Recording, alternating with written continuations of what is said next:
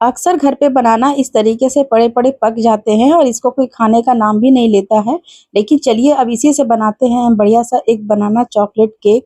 तो इसके लिए हमें ज़रूरत होता है ओवर राइप बनाना का। तो मैंने यहाँ पर 2 बनाना को इस तरीके से मिक्सर जार में तोड़ करके इसमें ऐड कर दिया है।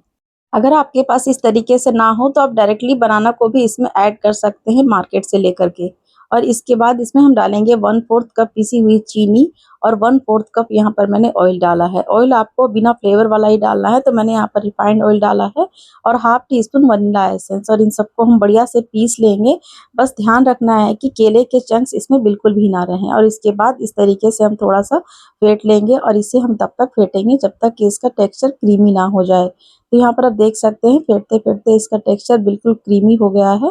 बस इसी स्टेज तक हमें इसे फेंटना है और इसके बाद इसमें हम डालेंगे ड्राई इंग्रेडिएंट्स, लेकिन उससे पहले हम यहाँ पर केक टिन को रेडी कर लेते हैं। तो यहाँ पर देखिए मैंने थोड़ा-सा तेल डाल कर के इसके चारों तरफ बढ़िया से ऑयल की ब्रशिंग कर दी है। इसके बाद इसमें थोड़ा-सा मैदा या फिर आटा डस्ट करके इस तरीके से चारों तरफ बढ़िया से इसकी एक कोटिंग कर दीजिए। आप चाहे तो इसके ऊपर में बटर पेपर भी लगा सकते हैं, मेरे पास वो नहीं थे, इसलिए मैंने इस तरीके से मैदा से इसे अच्छे से कोट कर दिया है। तो देख सकते हैं हमारा ये केक टिन भी रेडी हो गया है।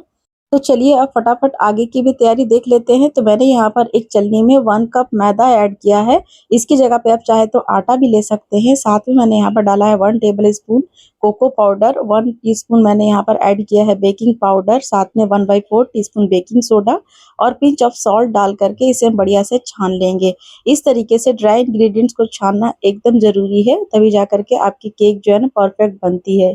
तो पहले तो हमें इस तरीके से हल्के-हल्के जेंटली इस तरीके से मिक्स करना है कट एंड फोल्ड मेथड से। देखिए मैंने कुछ इस तरीके से इसे हल्के-हल्के हाथों से इस तरीके से मिक्स किया है। बहुत ही ज़्यादा टाइट इसे मिक्स नहीं करना है, बिल्कुल इस तरीके से जेंटली इस तरीके से हमें मिक्स करना है। और पहले हम इसे मिक्स कर लेंगे, उसके बाद हमें जितना ज़रूरत पड़ेगा उसके हिसाब से ही मैंने यहाँ पर इसमें दूध ऐड किया है।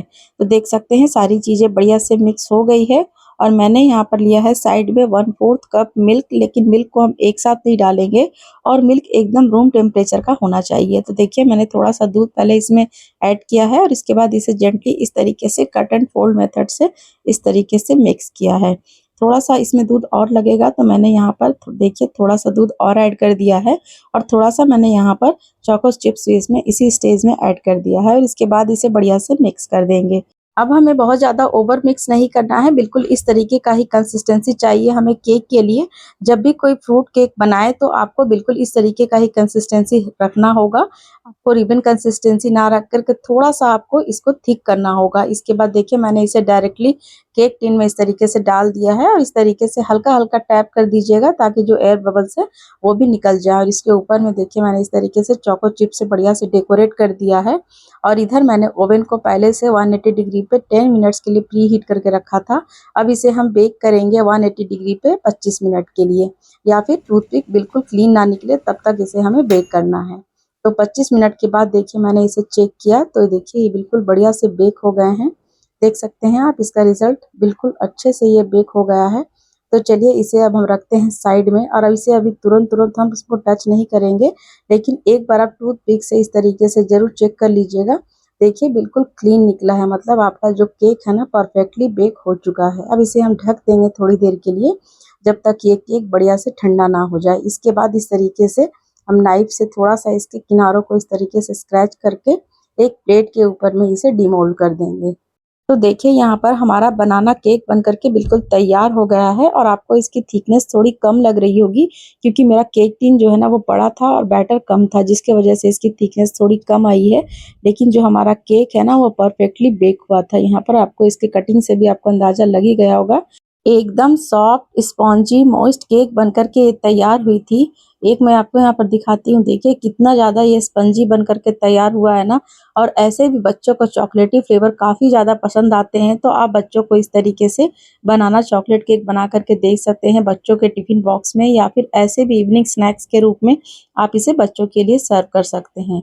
और ये टी टाइम केक के रूप में काफ़ी ज़्यादा पॉपुलर है, तो आप इस रेसिपी को ट्राई कीजिएगा। और इसे बनाना इतना आसान है कि इसे कोई भी बना ले। एक मैं आपको यहाँ पर फिर से दिखाती हूँ, देखिए बिल्कुल स्पॉन्ज की तरह ये केक बन कर के तैयार हुआ था। तो पके हुए केलों को वेस्ट करने से अच्छा है कि बनाइए ये बनाना चॉकलेट केक। और मुझे कमेंट करके बताइए कि मेरी आज की ये रेसिपी आपको कैसी लगी। मिलती हूँ नेक्स्ट वीडियो में, तब तक के लिए thanks for watching, take care and bye bye.